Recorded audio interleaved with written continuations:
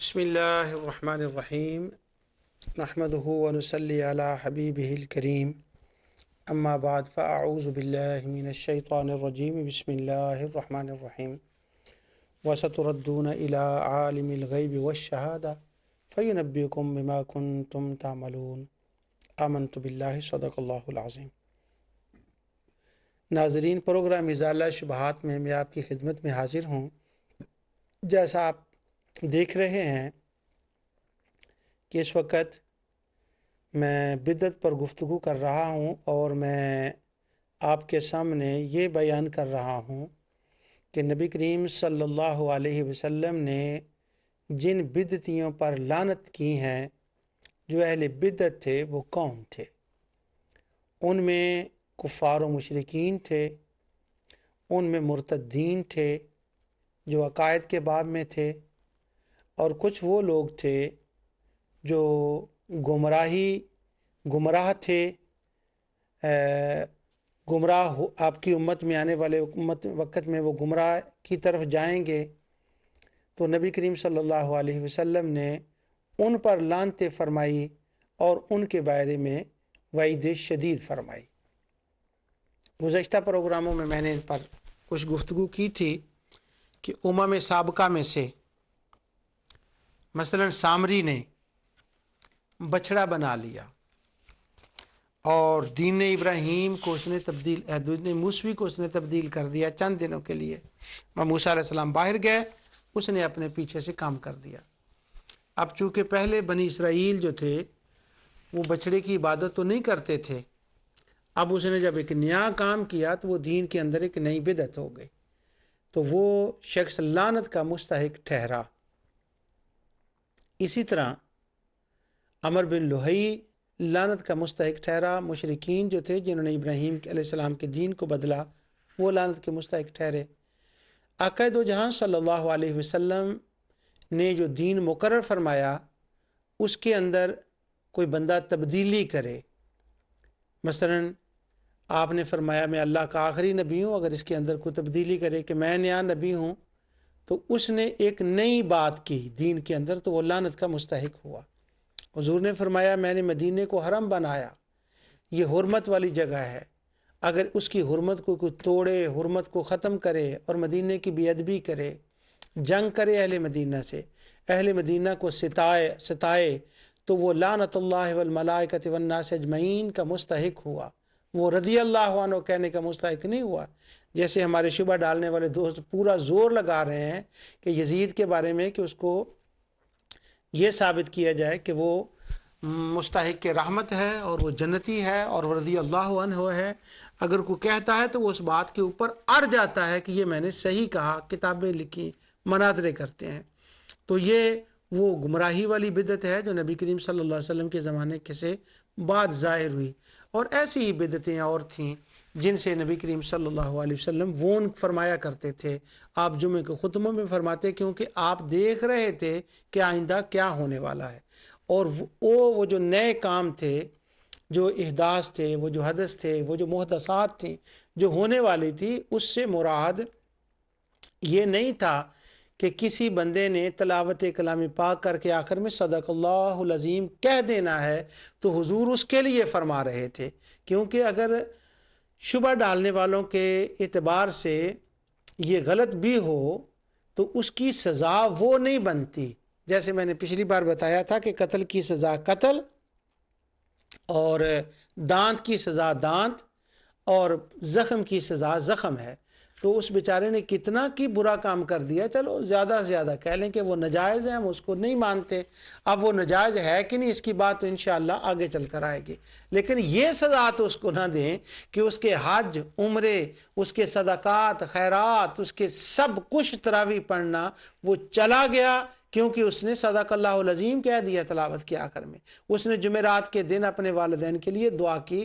تو یہ باتیں نبی کریم صلی اللہ علیہ وسلم کے سامنے نہیں تھی، کیونکہ یہ تو کار خیر تھے۔ اب یہ کار خیر کیسے بنتے ہیں، جب میں ان پر آگے چل کر گفتگو کروں گا تو انشاءاللہ وہ دلائل آئیں گے۔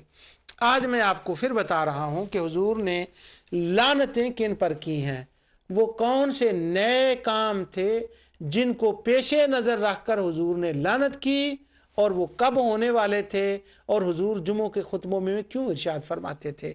اب نبی کریم صلی اللہ علیہ وسلم کی چند احادیث جو ہیں وہ آپ کے سامنے میں عرض کرتا ہوں۔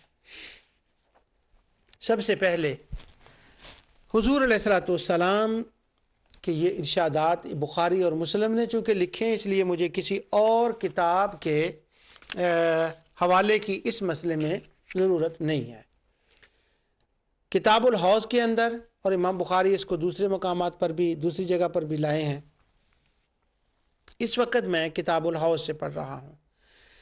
نبی کریم صلی اللہ علیہ وسلم نے فرمایا قیامت کا دن ہوگا، یہ حضرت ابو ہریرہ رضی اللہ تعالیٰ عنہ اس کے راوی ہیں، فرماتے ہیں کہ قیامت کا دن ہوگا تو میں حوض پر کھڑا ہوں گا، تو کچھ لوگ میرے حوض پر آئیں گے، اب دیکھنے میں وہ ظاہراً ایسے نظر آئیں گے جیسے وہ نبی کریم صلی اللہ علیہ وسلم کے امتی ہی ہیں، کیونکہ انہوں نے کچھ دیر حضور کا کلمہ پڑھ کر وہ حالت بنا لی تھی، تو وہ چونکہ اسی حالت والوں کو حوض کوثر ملنا ہے، اس لیے ان پر چونکہ اب ان کو دکھایا جانا ہے کہ تمہارا فیصلہ وہ غلط تھا جو تم نے دین بدلنے کا کیا، تو اس لیے وہ اسی حالت میں آئیں گے۔ تو حضور علیہ الصلوۃ والسلام فرماتے ہیں جب وہ میرے پاس آئیں گے وہ چاہیں گے کہ ہم حوض کوثر کا پانی پئیں، اور ملائکہ ان کو پیچھے کر دیں گے، تو میں ان سے کہوں گا فاقول یا ربی یا رب اصحابی فیقول انک لا علم لک بما احدثوا بعدک۔ وہ جب حوض کوثر کا پانی پینے کے لیے آئیں گے تو میں ساقی ہوں گا وہاں پر، تو فرشتے ان کو روک دیں گے، بڑی تفصیل ہے اس کے اندر کس طرح سے روکیں گے، تو میں کہوں گا یہ تو وہ میرے ساتھی ہیں، تو جواب دیا جائے گا، ملائکہ کہیں گے انک لا علم لک، آپ نہیں جانتے کہ بما احدثوا بعدک، انہوں نے آپ کے بعد کیا کیا بدعتیں کی تھی۔ چونکہ لفظ احدثوا آیا ہے اور نئے کام کا آیا ہے، اور آپ کے بعد انہوں نے کیا کیا بدعتیں کی ہیں۔ اب بدعت سے مطلب صرف یہ نہیں ہے کہ نیا کام کوئی کیا تھا، بلکہ بما احدثوا بعدک کچھ نئے کام کیے تھے، ان کی تفصیل آگے ہے۔ اس لیے آپ کہ حوض کوثر سے یہ پانی نہیں پی سکتے۔ اب میں آپ کو اس کو لطیفہ کہہ لیں یا رو لیں اس پر کہ جب بدعت کے خلاف جو کتابیں لکھی گئی ہیں، جن ہمارے شبہ ڈالنے والوں نے رد بدعات میں کتابیں لکھی ہیں، کم و بیش ہر کتاب میں اس حدیث کا ذکر کیا گیا ہے، اور اس کے اوپر جو ہیڈنگ دی گئی ہے، ٹائٹل جو لکھا گیا ہے، وہ یہ لکھا گیا ہے کہ بدعت کرنے والے قیامت کے دن حوض کوثر سے محروم رہیں گے، ان کو پانی نہیں پلایا جائے گا۔ اور اس کے بعد یہ حدیث کا ٹکڑا کہ نبی کریم صلی اللہ علیہ وسلم کے پاس جب آئیں گے تو فرشتے کہیں گے انکا فیقول انکا لا علم لکا بما احدثوا، حضور کو کہا جائے گا کہ آپ نہیں جانتے کہ آپ کے بعد انہوں نے کیا کیا بدعتیں کی۔ اب میں آپ کو دور کیوں جاتے ہیں، کتاب میرے پاس پڑھی ہوئی ہے، اگلے پروگرام میں بتاؤں گا۔ اس کتاب کا نام ہے راہ سنت، مولانا سرفراز خان صفدر صاحب نے اپنے نظام میں یہ بدعت کے رد میں لکھی ہے۔ تو یہ حدیث انہوں نے کوٹ کی ہے ابتدا میں صفحہ 76 پر، اس کے بعد انہوں نے کچھ اور رد بدعت کی حدیث ذکر کی ہیں۔ اب وہ ذکر کرنے کے بعد یہ حدیث وہ لائے ہیں اور کہتے ہیں کہ بدعتیوں کو پانی نہیں ملے گا حوض کوثر کا۔ یہ حدیثیں لا کر آگے پھر انہوں نے بدعت جو ہے اس کو ڈیفائن کیا ہے کہ وہ کون لوگ ہیں جن کو پانی نہیں ملے گا۔ تو تقریباً 150 صفحہ پھر انہوں نے اس کے اوپر لکھا ہے کہ وہ کون لوگ ہیں کہ جن کو پانی نہیں ملے گا۔ اب اس کی تفصیل انہوں نے یہاں کیا لکھی ہے، صرف یہ نہیں، یہ تو میرے پاس پڑھی ہوئی تھی تو اس لیے میں نے اس کا نام لے دیا۔ جتنی بدعت کے اوپر کتابیں لکھی ہیں ان کو پھر وہ یہی اس کا سٹائل ہوتا ہے۔ اب یہ دیکھیں حدیث، یہ پانی پینے کے لیے آئیں گے، فرشتے لے جائیں گے، حضور کہیں گے لائیں، وہ کہیں گے آپ کو نہیں پتا انہوں نے آپ کے بعد کیا کیا بدعتیں کی۔ اب اگلی عبارت اس حدیث کے اندر ہے، اس کی ضمت نہیں۔ اب وہ بدعتیں کیا کیا ہیں، اب 150 صفحہ اس کے اوپر صرف ہوا ہے۔ بدعت یہ ہے اکٹھے بیٹھ کر ذکر کرنا، جمعرات کے دن ختم دینا، میلاد کرنا، عرس کرنا، مزارات پر جانا، مزاروں کے اوپر جا کر وہ ٹیوبیں یا بلب لگانا، مزار کے اوپر چادریں ڈالنا، نماز جنازہ کے بعد دعا مانگنا یا رب العالمین۔ جو کفن ہوتا ہے اس کے اوپر کوئی اس نیت سے کچھ لکھ دے کوئی کہ میں بسم اللہ الرحمن الرحیم لکھ رہا ہوں، اللہ کا نام ہے، شاید اس کے صدقے اللہ تعالیٰ اس کی مغفرت کر دے، یہ کفنی کے اوپر لکھنا۔ کوئی بندہ فوت ہو جائے، تیسرے دن اس کے لیے مغفرت کی دعا کرنا، 7ویں دن مغفرت کی دعا کرنا، 10ویں دن مغفرت کی دعا کرنا، 40ویں دن مغفرت کی دعا کرنا۔ اور اگر کوئی بندہ اپنے بیٹے کا نام عبد النبی یا عبد الرسول رکھ لے، قبر پر کھڑے ہو کر اذان کہہ دینا۔ اب میں نے لسٹ آپ کو دے دی 150 صفحے کی۔ اب یہ چیزیں جائز ہیں کہ نہیں وہ تو میں بعد میں بتاؤں گا، لیکن یہاں انہوں نے جو غضب کیا ہے، کمال کیا ہے اپنے خیال میں اور اپنے حواریوں کے خیال میں، وہ یہ ہے کہ انہوں نے یہ ثابت کر دیا اس کتاب کے اندر کہ قیامت کے دن نہیں حوض کوثر ملے گا ان لوگوں کو جو یہ کام کرتے ہیں۔ اب چونکہ میں اس کے قریب آ رہا ہوں کہ ان باتوں پر میں نے گفتگو کرنی، اس لیے میں ذرا کھل کر اب ان کا تذکرہ کر رہا ہوں۔ پیچھے میں نے ان چیزوں کا تذکرہ نہیں کیا کہ وہ بدعت کن کن باتوں کو کہتے ہیں، میں کہتا تھا وہ اشارے کرتا رہا ہوں، لیکن اب چونکہ چند پروگراموں کے بعد اس پر انشاءاللہ پوری مفصل بات سنی، اس لیے میں اب اس طریقے سے اس کا اسٹائل سے گفتگو کر رہا ہوں۔ حوض کوثر نہیں ملے گا، کیوں؟ بما احدثوا بعدک، انہوں نے آپ کے بعد بدعتیں کی۔ اب آگے کیا لفظ ہیں، بڑے دھیان سے سنیں اگلے لفظ حدیث کے، اسی لائن میں، اسی صفحے پر، اسی مقام پر وہ بدعتیں تھی کیا جو انہوں نے کی ہیں۔ تو وہ فرشتے کہیں گے انہم مرتدو علی ادبارہم القہقرا، یہ وہ لوگ ہیں کہ جو آپ کے بعد انہوں نے بدعت کیا کی تھی کہ یہ مرتد ہو گئے تھے۔ انہم مرتدو ارتدو علی ادبارہم القہقرا، قہقرا، اس کا مطلب یہ ہے کہ انہوں نے کیا کیا، پہلے انہوں نے اللہ کی وحدانیت کو مانا، آپ کی رسالت کو مانا، آخرت کو مانا، اور اپنے آباء و اجداد کے زمانے میں یہ لوگ اللہ تعالیٰ کی وحدانیت کو بھی نہیں مانتے تھے، آپ کو رسول بھی نہیں مانتے تھے، اور آخرت کو بھی نہیں مانتے تھے۔ اب انہوں نے ان چیزوں کا انکار کر دیا، اللہ کی وحدانیت کا انکار کر دیا، آپ کو رسول ماننے سے انکار کر دیا، آخرت کو ماننے سے انکار کر دیا، تو وہ اپنے پچھلے پاؤں پلٹ گئے، جن نظریات پر وہ پہلے تھے نا، انہی نظریات کے اوپر وہ واپس چلے گئے۔ سبحان اللہ، یہ تھی بدعت ان کی۔ اب دوسری حدیث امام بخاری، وہ لانگ حدیث ہے، وہ بھی حضرت ابو ہریرہ رضی اللہ تعالیٰ سے، وہ کہتے ہیں کہ وہی ہوگا کہ لوگ آ جائیں گے میرے پاس پینے کے لیے، تو پھر کیا ہوگا کہ میں کہوں گا یہ تو میرے لوگ ہیں، تو کہا جائے گا قال انہم مرتدوا بعد علی ادبارہم القہقرا، یہ وہ لوگ ہیں کہ جنہوں نے آپ کے بعد آپ کا دین بدل لیا، یہ واپس پلٹ گئے، تو یہ اس لیے یہ پانی کے مستحق نہیں ہیں۔ ما احدثوا کا جو معنی یہاں ہے وہ کیا ہے کہ جو حوض کوثر سے پانی کی محرومی کا موجب ہیں وہ نہیں بنے، تو انہوں نے کیا تھا وہ دین کے اندر جو ارتداد کیا تھا، پھر گئے تھے۔ اب کہا تو یہ جا رہا ہے، حدیث کا منشا یہ ہے کہ جو مرتد ہو گئے، مرتد ہونا دین اسلام کے اندر بدعت ہے۔ اب میں پچھلی جو باتیں کی ہیں ان کو بھی میں ذرا دہرا دوں۔ دین ابراہیم کے اندر تغیر کرنے والے، بدلنے والے، مرتد، وہ بدعت تھی۔ سامری نے بچڑا بنایا اور مرتد ہوا، وہ بدعت تھی۔ دین عیسوی کو بدلا، وہ بدعت تھی۔ اور جن لوگوں نے آقا دو جہاں صلی اللہ علیہ وسلم کی تصدیق کر کے پھر وحدانیت کا انکار کیا، رسالت کا انکار کیا، آخرت کا انکار کیا۔